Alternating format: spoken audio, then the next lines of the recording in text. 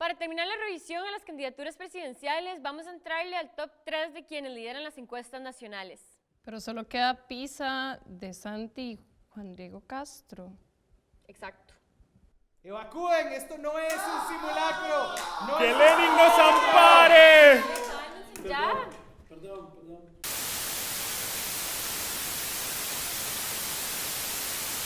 Empecemos con Rodolfo Pixa, Partido Unidad Social Cristiana. Pixa se licenció en Derecho Público en la Universidad de Costa Rica, después sacó una especialización en Derechos Humanos y un doctorado en Derecho en la Universidad Complutense de Madrid. Viene de una familia de abogados, de hecho su padre fue un reconocido magistrado en la Sala Constitucional. Todos conocimos a Pixa cuando el doctor Hernández lo desbarató en la convención interna del PUSC, pero igual fue candidato porque Hernández renunció a la candidatura. En esta nueva campaña repite como candidato, ahora sin ser humillado en la primaria, pero solo porque el doctorcito se fue a otro partido. Hace mucho tiempo que vamos sin rumbo, hace mucho tiempo que vamos para atrás.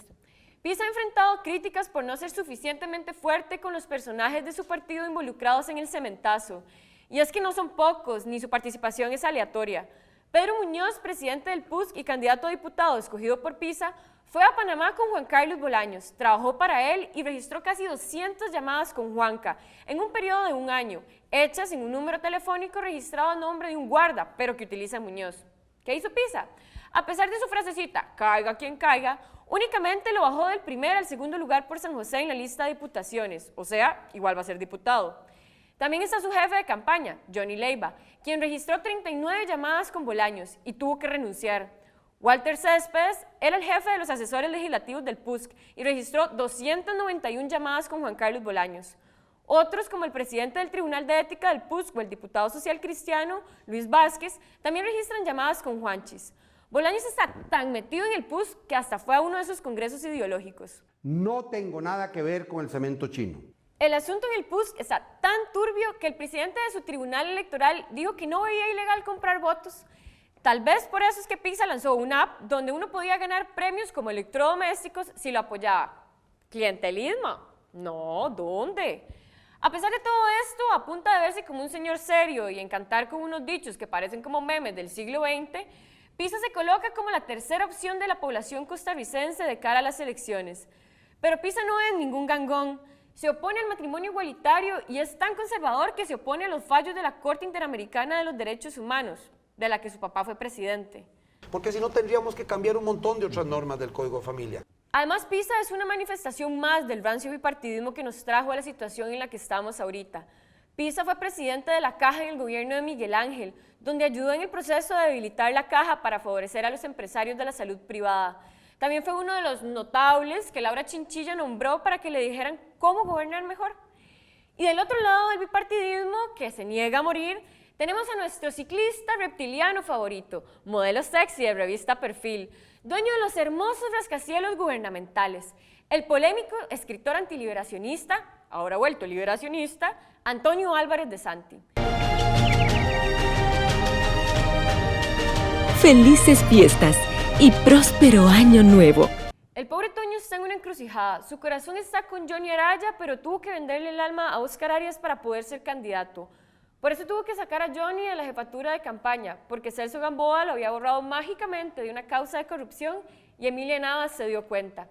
Pero bueno, para entender cómo llegó DeSanti a este dilema de pasiones encontradas, tenemos que repasar su historia. Inicié ahí en el gobierno de Óscar Arias y cuando tenía 28 años, Óscar Arias me nombró ministro de Agricultura y Ganadería, estaba muy joven. Mientras estudiaba en la UCR fue presidente de la FEUR. Después fue a estudiar a Harvard y cuando volvió ocupó muchísimos puestos. Durante los gobiernos de Luis Alberto Monge y Óscar Arias fue presidente de Fertica, presidente ejecutivo del Consejo Nacional de Producción, ministro de Agricultura y ministro de Gobernación y Policía, cargo en el cual prohibió la realización de un congreso feminista internacional en el país y emitió una directriz para deportar a cualquier mujer sospechosa de ser lesbiana. ¡Qué putas, mae! Hola, soy Antonio Álvarez DeSanti. Fue electo diputado en 2 ocasiones, en el 94 y en el 2014. Las 2 veces fue presidente de la Asamblea. Y en el PLN ha ocupado cargos como su jefe de campaña de José María Figueres Olsen, precandidato presidencial del PLN en el 2001 y en el 2006, donde perdió las distritales y vio que no podía ganarle a Óscar Arias la precandidatura. Entonces denunció que hubo fraude en el proceso y se salió del PLN, aduciendo que la dirigencia del partido estaba paralizada por la corrupción y que la única diferencia entre la unidad y liberación es la habilidad de algunos para no dejar huellas donde otros han sido descubiertos. Entonces se fundó su propio partido y escribió un libro donde hablaba de la corrupción del PLN y de su recuperación después de que un camión lo dejó como una torta quimby en la pista de Cartago. El berrinche de Toño duró poco. Para el 2013 era de nuevo jefe de campaña de Johnny Araya y en el 2017 finalmente fue candidato con el PLN tras aliarse con Johnny y los partidos evangélicos que supuestamente le pusieron casi 100,000 votos, diferencia que le permitió vencer a José María Figueres. Cualquiera diría que alguien que le dedique tanto tiempo a la función pública no tendría tiempo para sus asuntos personales, pero no. Toño ha sido un empresario muy exitoso. De hecho, junto a su esposa y sus hijas, posee el conglomerado empresarial Álvarez y Marín, creado en 1982, con inversiones en el sector financiero, en fábricas, franquicias de comida, exportación de banano, construcción de condominios y hoteles.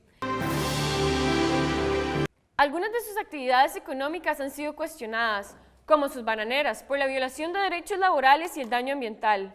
Tanto así que obligó a sus trabajadores a laborar durante el huracán Otto, o al verse involucrado en un escándalo con el Estado panameño en un asunto que involucraba compra de tierras protegidas en territorios indígenas a precios tan ridículos como 150 colones el metro cuadrado.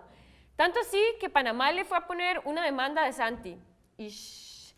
Además, su esposa proviene de una de las familias más ricas de este país, la cual solo por alquileres al Estado recibe cientos de millones de colones al mes.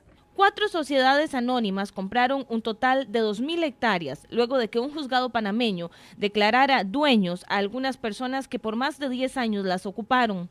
Entre esas otras sociedades está Desarrollo Ecoturístico Cañaveral, cuyos principales socios son Antonio Álvarez de Santi, su esposa Nuria Marín y un abogado de apellido Arroyo. Algunos de estos contratos son tan viejos que tienen 50 años y nadie en el gobierno se atreve a tocarlos. ¿Quién putas firma un contrato por más de 50 años a menos de que quiera ser estafado? Aún así, De Santi está presionando para que se cambie la ley de contratación administrativa, para que él y su familia puedan seguir teniendo contratos con el Estado, aunque él sea presidente o diputado. Qué fácil es hacerse millonario cuando uno gobierna para sí mismo, ¿verdad? Votar por De Santi es estar de acuerdo en que una élite política siga chupando la sangre de nuestro Estado, que es ineficiente, sí, pero porque nunca lo han dejado funcionar de verdad. Toñito es miembro además de una élite económica que está acostumbrada a que los gobiernos les dejen hacer lo que sea.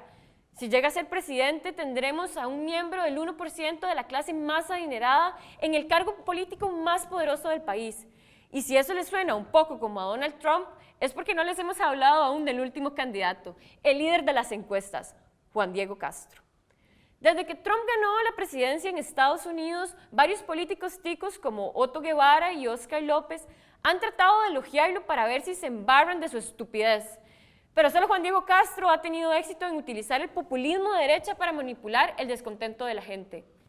¿Pero quién es Juan Diego Castro? Juan Diego, mi hijo, yo creo que él tiene muchos complejos, puedo decir.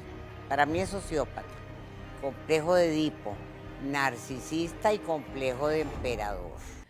Todos lo reconocemos de la tele como el abogado que siempre salía quejándose del gobierno. Pero ojo, que esto no es casual. Ignacio Santos y Telenoticias le dieron un espacio muy conveniente, a pesar de que Santos sabía muy bien que más que un experto en derecho penal, Juan Diego era un político. Sí, un político. Castro está más que embarrado con los partidos que por décadas han desmantelado este país, por más que finja que no es un político. Y también otro maestro masón de la Gran Logia de Costa Rica y también gran estudioso de la historia, el licenciado Juan Diego Castro. Vamos a ver, a inicios de los 90 se hizo público el caso Chemis, donde se acusaba a José María Figueres Solzin de estar involucrado en el tráfico de drogas y otros negocios ilícitos en los años 70 y de haber asesinado a sangre fría a uno de sus colaboradores, Chemis. El caso nunca fue investigado, pero salió a relucir justo antes de que Figueres fuera candidato a la presidencia. Y adivinen quién fue su abogado. De ahí, Juan Diego Castro. Y seguro defendió tan bien a Figueres que lo premió con ser su ministro de Seguridad. En este puesto generó mucha polémica por su autoritarismo. Por ejemplo, trató de saltarse todos los controles públicos para hacer una masiva compra de armas al Estado de Israel. Incluso convenció a Figueres que declarara todo el trámite secreto de Estado para que nadie pudiera fiscalizarlo. Al final el asunto fue tan escandaloso que Figueres tuvo que hacer público todo, aunque las armas ya habían llegado al país. Ponga mucha atención. Para exigirle cambios de mano dura en el Código Penal, llegó con un desfile casi militar de policía montada, motocicletas y 207 policías a pie armados con rifles M1 y rodeó la Asamblea Legislativa. Ajá, Juan Diego Castro casi hace un golpe de Estado en 1995. Aún con estas cagadas, Figueres lo protegió, pues era de su círculo de confianza. Y tras un voto de censura de los diputados, Figueres tuvo que cambiarlo el ministro de Seguridad a ministro de Justicia. Después de eso le dio su adhesión a Fernando Berrocal para la convención interna del PLN, tanto así que hasta hizo videos para atacar a la contrincante de Berrocal, Laura Chinchilla. Doña Laura, usted sabe que soy yo quien se lo está diciendo, yo la conozco y jamás votaría por usted. Para las siguientes elecciones le echó tarros y tarros de miel a Johnny Araya. Y no me da miedo decirlo, soy su soldado, que he ido a hablar con candidatos y precandidatos, que he escrito, que lo he expuesto, que he ido a las cámaras, que he ido a todos los lugares, y tengo que decirle, en términos juveniles, el único que me dio pelota fue Johnny Araya. Se ofreció como soldado de uno de los políticos más corruptos de este país. Su hermano, Pedro Castro, fue viceministro de Arias y ministro de Chinchilla. Ambos hermanos tienen grandes negocios, muchos cuestionables porque han obtenido concesiones del Estado cuando trabajaban para el gobierno. Además, tanto que habla de la mano dura y que las leyes benefician al delincuente y no a las víctimas, pero ayudó a su suegro, Óscar Castellón, a huir del país tras convencer a los jueces de darle libertad bajo fianza, porque el señor estafó al Estado por 1.400 millones de colones. Desde hace décadas viene siendo alto jerarca, proveedor o militante de uno de los partidos más corruptos de este país, pero ahora dice que él es nuestro único salvador. Maes, ¿es en serio? Si Figueres literalmente lloró de la tristeza cuando Juan Diego Castro renunció.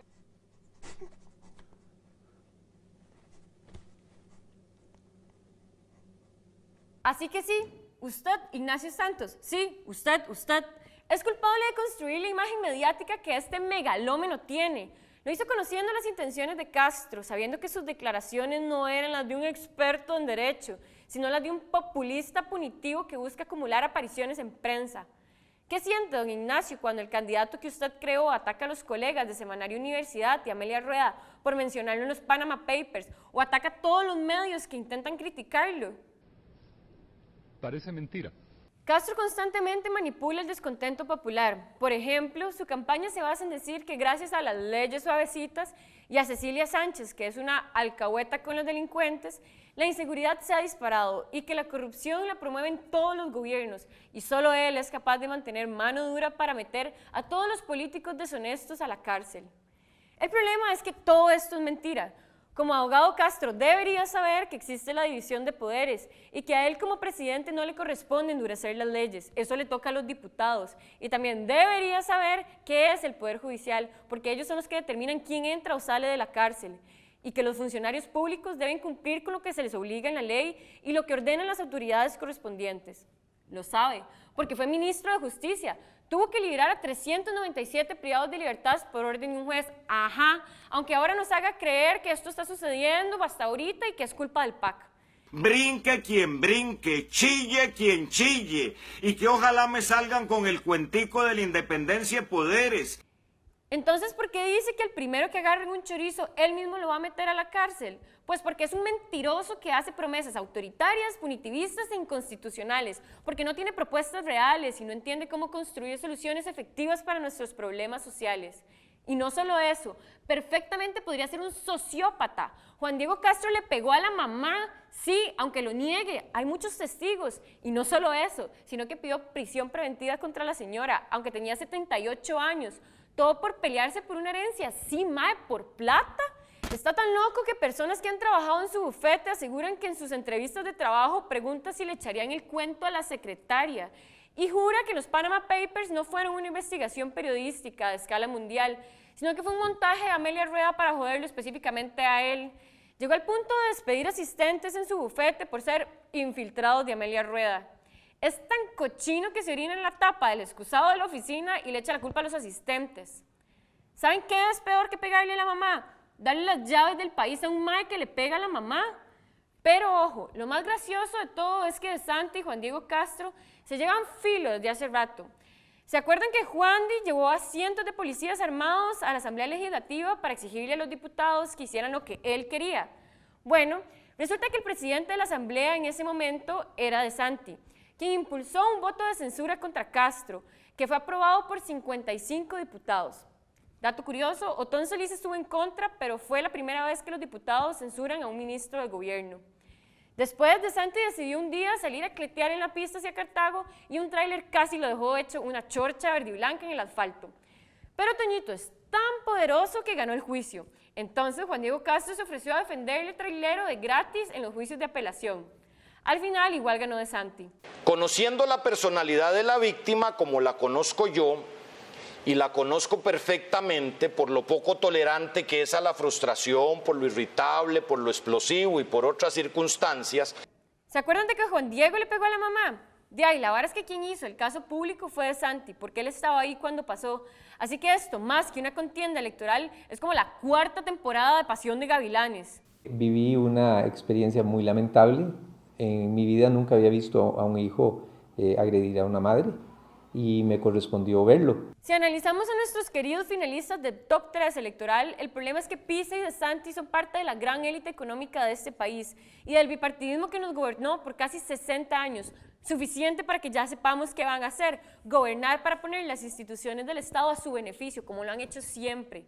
No podemos olvidar el robo ultramillonario de la trocha fronteriza, un robo de casi 50.000 millones de colones, o la Ruta 27, que nos dejó una carretera obsoleta que ya se pagó, pero nos seguirán cobrando peajes abusivos por décadas. O Cruzitas, donde Óscar Arias firmó un decreto ilegal, pero se salvó de ir a la cárcel porque lo sacaron del caso antes de la sentencia. O el chorizo de Alcatel, que le pagó unos cientos de miles de dólares en sobornos a Figueres y otros políticos para garantizarse contratos millonarios.